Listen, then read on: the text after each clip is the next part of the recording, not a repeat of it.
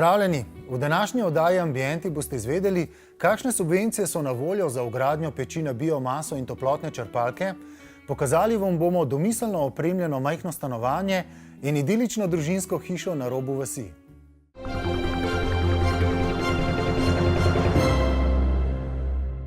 Štiričlanska družina si je želela prijetno bivalno okolje, kjer bi se počutili kot v vikendu. Smer in orientacija parcele sta narekovali podaljšano obliko hiše, kljub temu pa tloris ne pozna hodnikov. Štiričlanska družina je želela zasnovati prijetno bivalno okolje, ki bi zagotavljalo intimo, umik in navdih. Bolj kot bližina trgovskih centrov so jo umikali gozdovi. Glavi družine, arhitekt Matej Gašperič in kreativka Alenka Repič, sta za svojo družino zasnovala razgibano hišo, za katero pravita, da je hkrati tudi njihov vikend v naravi. Gospod Matej, vi ste arhitekt. Kako arhitekt zase snuje hišo in seveda tudi za svojo družino? Vsakič drugače. V najnem primeru je bilo tako, da sva si zelo želeli eno kad, sva to kad kupila, nakrat smo hišo zdizajnirali okrog te kadi. To je seveda malo za šalo, malo za res. V resnici sem se te hiše lotil tako kot vsake druge iz naravnih danosti. Tukaj ste videli lokacijo, smo na vrhu hribčka, na robu vasi, s južnim pogledom v dolino. In želeli smo si pritlično hišo, večino programa v pritličju, ki bi se čim bolj zlila potlej z okoljem. Pritlična hiša, ki je zaradi tega, ker smo tukaj v ruralnem okolju, je bila zahtevana tudi dvokapna streha. Tukaj smo potem večino programa spravili v parter, gor pa nam je ostal nek redundanten prostor, poleg otroških sob, ki ga pa danes s pridom uporabljamo za studio. Ja, pravite, da je hiša kar precej razpotegnjena. Eden izmed zidov ob hiši je dolg kar 40 metrov. Ja, res je. Arhitekturna misel tukaj je, da hišo na dva programa deli 40-metrski kamnit zid in na eno stran imamo sever, imamo polja, imamo vetrove, imamo gozd, imamo cesto, imamo javni promet, medtem ko na drugi strani tega zidu pa se začne intimen del vrta, terasa, bazen in te stvari. In to je nekako tudi metaforično, zato je tudi narejen v kamnu. Ta 40-metrski zid predstavlja samo neko osnovo, ob katero so potem nanizani vsi objekti. Najprej hiša, ki je sama po sebi dolga 21 metrov, potem se na drugi strani zgodi garaža in zopet na tej intimni strani ta vrtna lopa.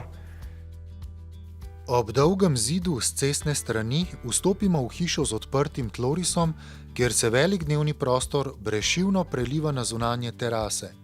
Preko odprtega stopnišča v jedilnici pa lahko ujamemo pogled tudi v prostorno mansardo. Če je za zasnovo hiše poskrbel Matej, pa je Alenka skrbno izbrala pohištvene kose. Meni ta notranja oprema me zanima, skozi spremljam in sem res veliko s tem ukvarjala in sem našla kose, ki jih zdaj tukaj vidite, in na koncu seveda se je Matej se je strinjal, ne. Tako da se je bilo veliko mogoče. Ne, absolutno ne, nasprotno. Alenka je predlagala veliko kosov, ki meni na prvi pogled se neko, wow, to pa morda ne. Ampak sem jaz to kvaliteto nekako dojel s časom. Če bi izpostavljali par kosov v naši hiši, ki imajo en tak karakter ali pa zgodbo, bi vsekakor najprej omenila Take a line for a walk, ki se še vedno sprašujem, zakaj so to tako poimenovali. Drug stav, ki pa nekako tudi paše, bi rekla, k temu, je pa ameba, tamle na vhodu in zgore, tisti je pa pač malo pompozno, skoraj igralo. Je pa Living Tower v otroški sobi, je pa pompozen, da otroci plezajo, se oni skrijejo oblačila, ki se jih ne da pospraviti. Pozabila si omeniti glaven kos. Ja. Highland Zofo od tamle 5 metrov dolga, da se lahko oba uleževa, kadar je treba en zraven drugega.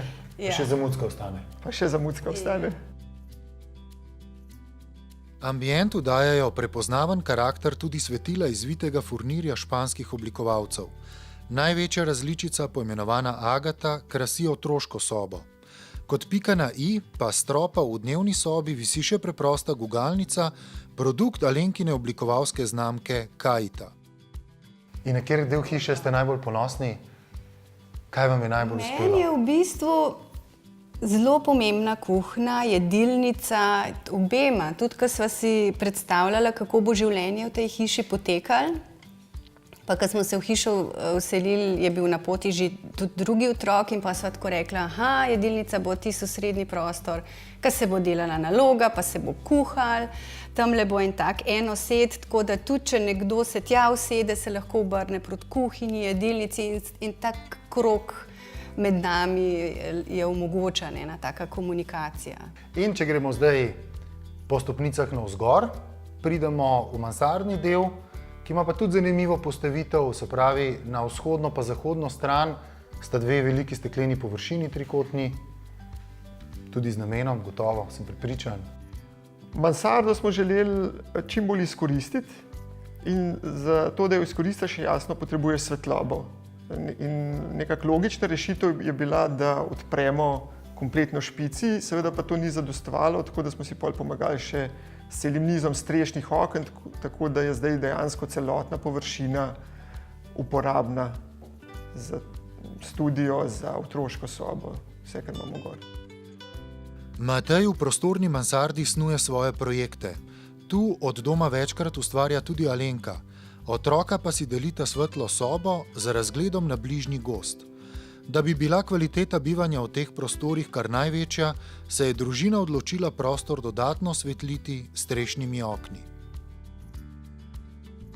Gospod Aleš, vi se pogosto srečujete s svetovanjem na individualnih objektih.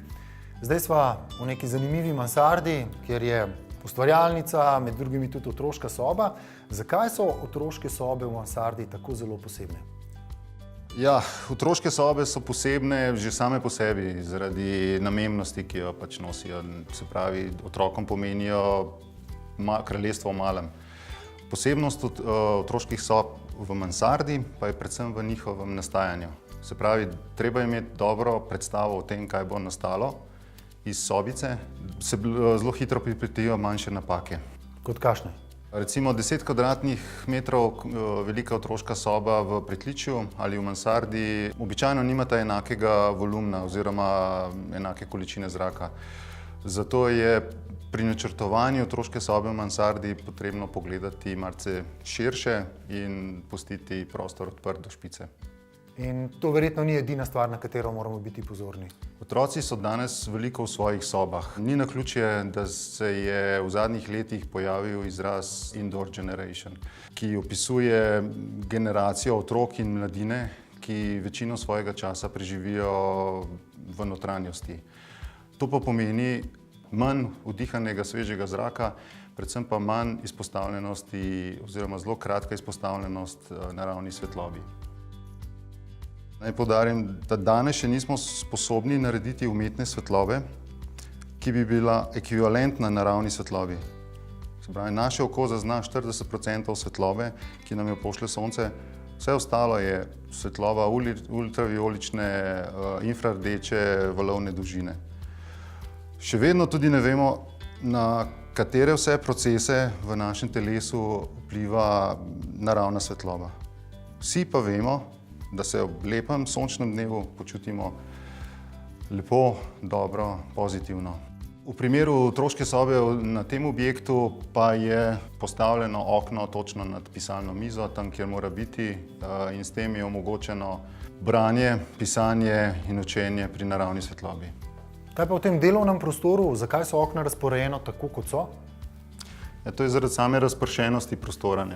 Določena okna morajo biti zaradi direktne sončne svetlobe, na nasprotnem delu zaradi omogočene stojne višine morda, pa tudi zaradi difuzne svetlobe, ki je, ko je objekt postavljen sever-jug, iz severa dobimo difuzno svetlobo in senčenje ni potrebno za razliko od oken na južni svetlobi. In ravno ta kombinacija oken potem ustvarja pravilno lepo atmosfero v prostoru. Ko so že pri senčenju, Omenili ste, da je veliko svetlobe potrebno pripeljati v otroško sobo. Kako pa potem otroci lahko spijo? Še posebej majhni, ko morajo tudi sredi dneva spati. Vsekakor moramo senčiti prostore, definitivno. Pri nas imamo senčila, ki se popolnoma prilegajo oknu.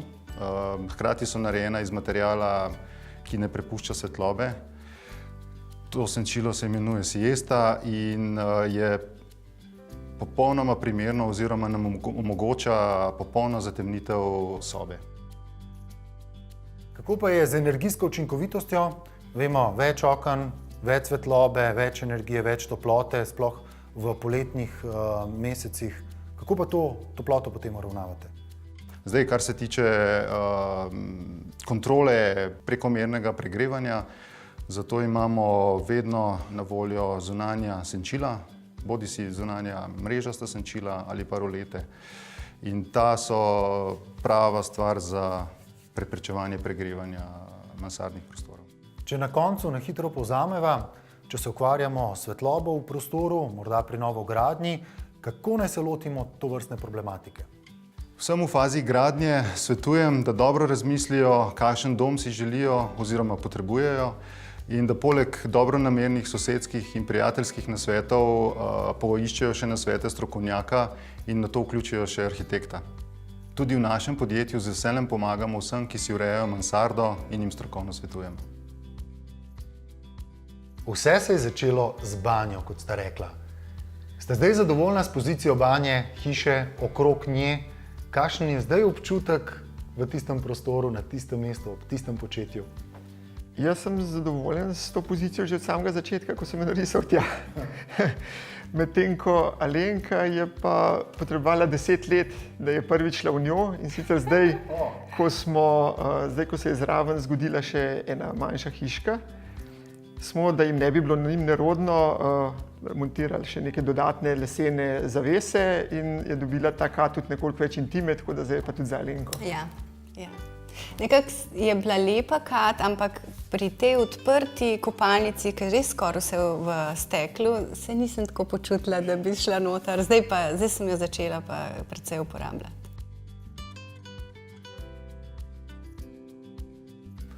Zunaj pred hišo imate kar precej razkošno teraso, žar, bazen.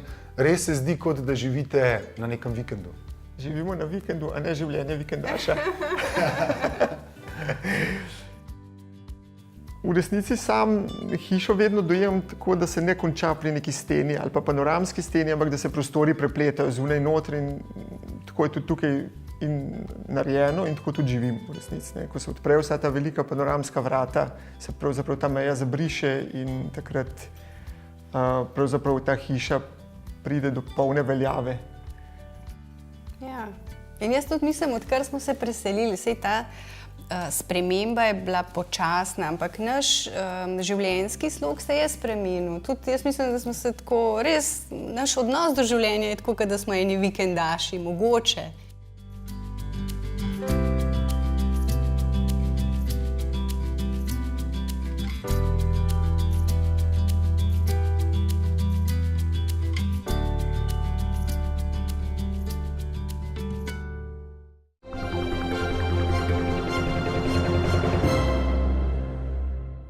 V nadaljevanju bomo izvedeli, kakšne subvencije so na voljo za vgradnjo peči na biomaso in toplotne črpalke in pokazali vam bomo domiselno opremljeno 40 kvadratnih metrov veliko stanovanje, prirejeno bivanjskemu slogu mlade urbane ženske.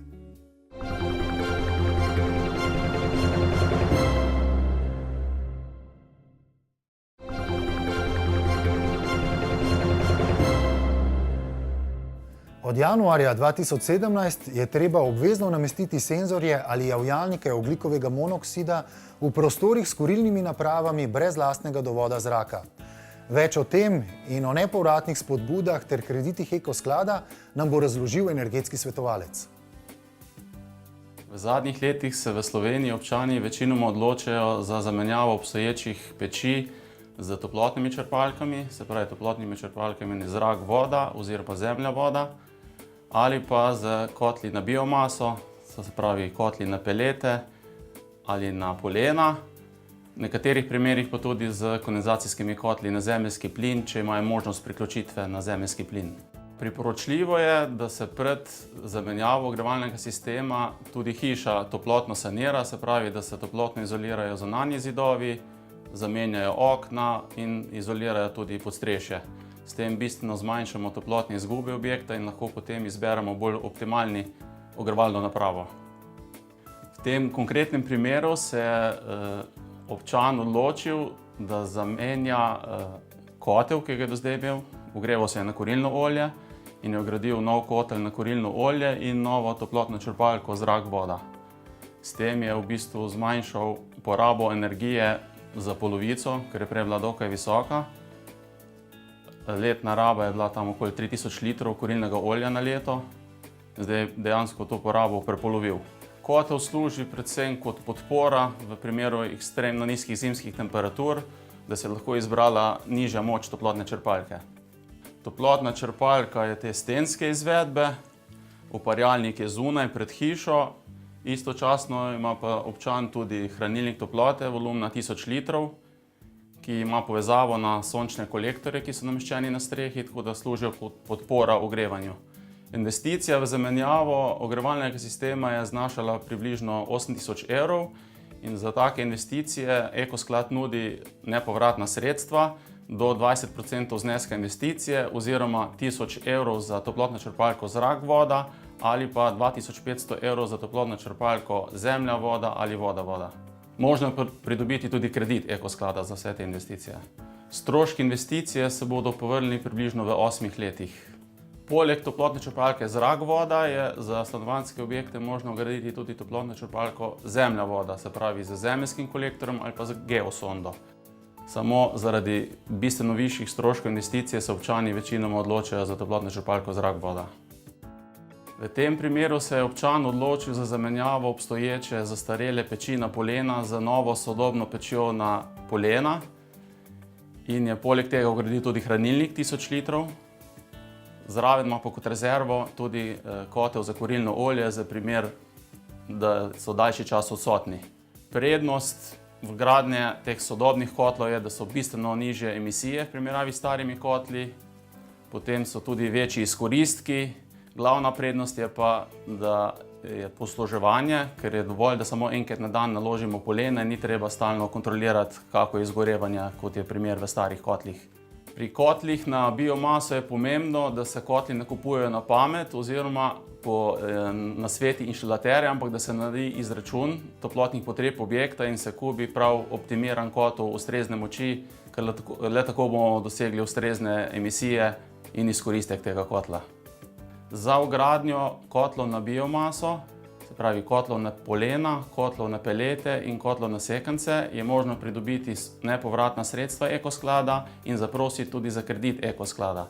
Subvencija znaša do 20% investicije oziroma do 2000 evrov za investicijo. Pomembno je, da občani na Ekosklad pošljejo vlogo z vsemi prilogami pred izvedbo naložbe.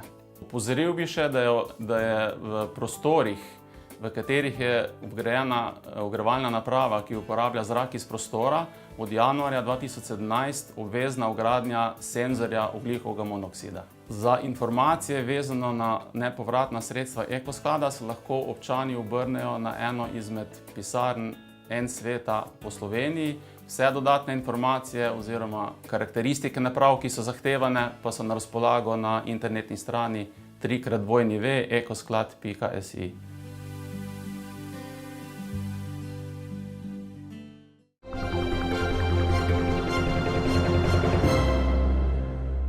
V novi ljubljanski soseski Zeleni gaj vam bomo predstavili stanovanje, ki kaže, kako malo potrebujemo za kakovostno bivanje.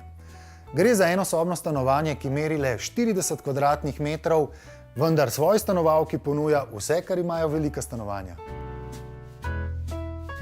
Nahajamo se v novi ljubljanski soseski Zeleni gaj, kjer si bomo ogledali primer, kako majhno enosobno stanovanje smiselno razdeliti na več funkcionalnih prostorov. Zanima pa me tudi, kako za tako majhno bivalno enoto zasnovati notranjo opremo. Gospa Ana, stanovanje je veliko 40 kvadratnih metrov, videti je pa precej večje. Kako ste to dosegli? Ja, zdaj v malih stanovanjih je treba vedeti, da je treba paziti, kako se razporedi elemente, kako se osvetli. Dejansko je bistveno, da tako majhnega prostora ne zmanjšamo. Predvsem smo to dosegli z optičnimi učinki oziroma vizualnimi. Konkretno, recimo, če pogledamo pred sobo, smo naredili elemente do stropa in jih še dodatno na lice dali ogledala. Se pravi, vizualno izgleda prostor večji. Druga stvar je recimo tukaj, kjer zdaj sedimo, dejansko je bil en velik prostor, ki hkrati deluje majhen. Zdaj pa kako en tak prostor narediti vizualno večji, v bistvu smo ga naredili s pregradami. No, potem dodatni učinek se da doseči tudi s pohištvom, kar je potrebno paziti, da ni preveliko. Se pravi, to je tako kot v vrtcih, ne? Majhni prostori, majhna oprema, ne? Se pravi, majhen prostor, manjša oprema. Se pravi, če pogledamo vso opremo, je sestavljiva iz manjših kosov in se deluje mogoče majčkeno bolj luškano majhno in deluje v bistvu vizualno spet dost veliko, ne? Se pravi, z velikimi kosi bi dosegli obratni učinek. To je enako kot z barvami spet. Tako da v bistvu s to dinamiko, z teh modularnih kosov spet dosežemo to dinamiko in se ne sprašujemo, koliko je dejansko prostor velik. Glede na to, da gre za novo gradnjo, ste se pri notranji opremi stanovanja dotikali tudi kaj tlorisa. Tako je, smo se ga, vendar smo se ga poskušali v čim manjši možni meri. Se pravi, ker gre za novogradnjo in zaželeno, ker je že pač narejeno za novo bivanje, da se čim manj posega. Se pravi, izognili smo se vsem delom, kar bi posegali v stene, štemanju, recimo prestavljanju inštalacij. Sicer zdajle gleda v strop in se sprašuje, kako je to možno, glede na to, da nismo nič štemali, ampak ravno temu služijo spuščeni stropovi, da se celotna inštalacija skrije v njih. Pregradna stena ima enako funkcijo, se pravi, se zopet skrije vse inštalacije v njo, od elektro do TV priključka. Tako da dejansko imajo ti elementi dvojno funkcijo, se pravi, v gol tloris pa nismo posegali, da bi ga karkoli spreminjali ali spreminjali napeljave. Dejansko, kaj smo tudi dosegli s pregradno steno, je to, da smo razmejili prostor, kot tukaj vidimo za nami, smo tudi razmejili prostor za zaveso. Gre pa tudi za to, da v bistvu cel prostor kroži. Se pravi, jaz grem lahko na eni strani v spalnico, na drugi ven, grem lahko na eni strani v garderobo, na drugi strani ven, se pravi, vse kroži. Se pravi, zdaj spet vidimo osrednji prostor večji, tako kot je bilo včasih, ko so imeli mogoče te sredinske prostore, pa so se potem vsi stekali v njega. Dejansko tudi recimo večje sobe, ne, če govorimo, da ima manjšo stanovanje spet vse, kar imajo večje, so imeli recimo tudi en vhod in en izhod, recimo, ne. Tako da dejansko nekje smo črpali iz večjih idej, no, tako bom rekla. Z diagonalno postavitvijo predelne stene in zavese, ki loči dnevni prostor od garderobe, so arhitekti dosegli, da prostor deluje bolj dinamično.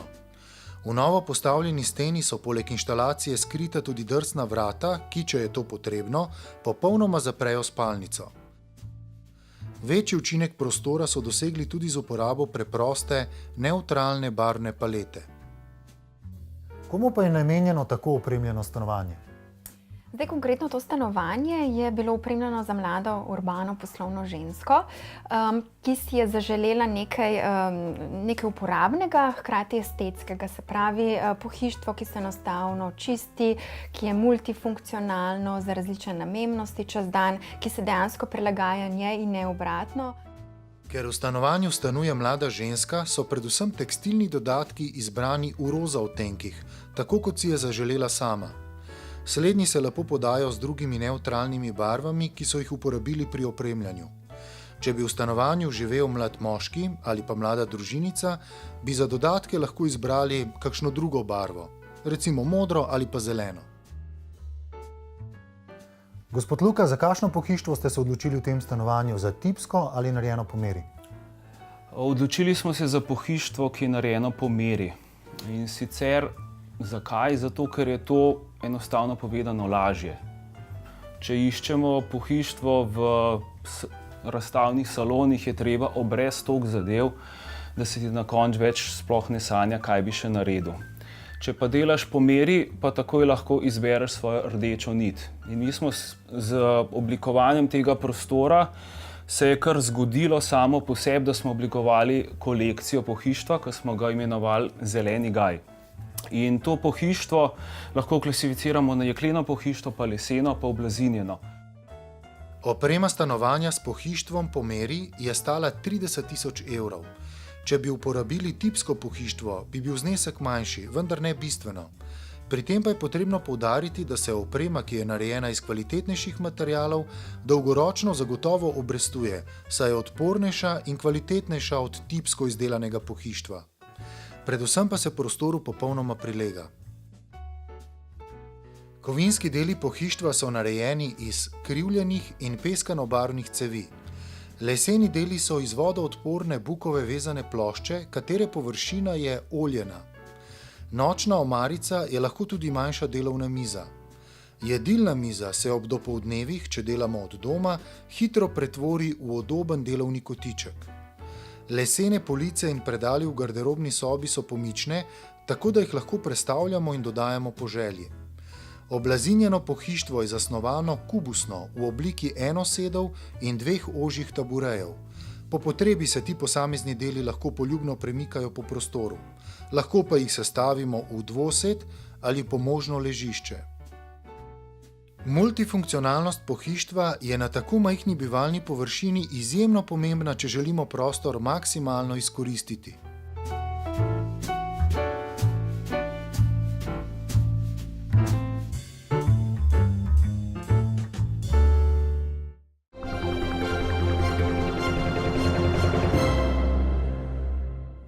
Stroškovnik opreme tega stanovanja si oglejte na naši spletni strani www.tvambienti.si. Dobrih idej za gradnjo in ureditev doma ni nikoli dovolj. Na našem portalu najdete nasvete in trende z področja notranjega opremljanja, zanimivih arhitekturnih projektov in vrtov. Naj vam bodo navdih, da boste ideje v lastnem domu uresničili in nadgradili na svoj način. Imejte se lepo, vidimo se spet prihodnji teden, ko vam bomo pokazali prenovljeno moderno stanovanje z umetniškimi slikami, ki so del družinske zapuščine, in sodobno družinsko hišo v strmem bregu, ki očara z marsičem, predvsem s čudovitimi razgledi.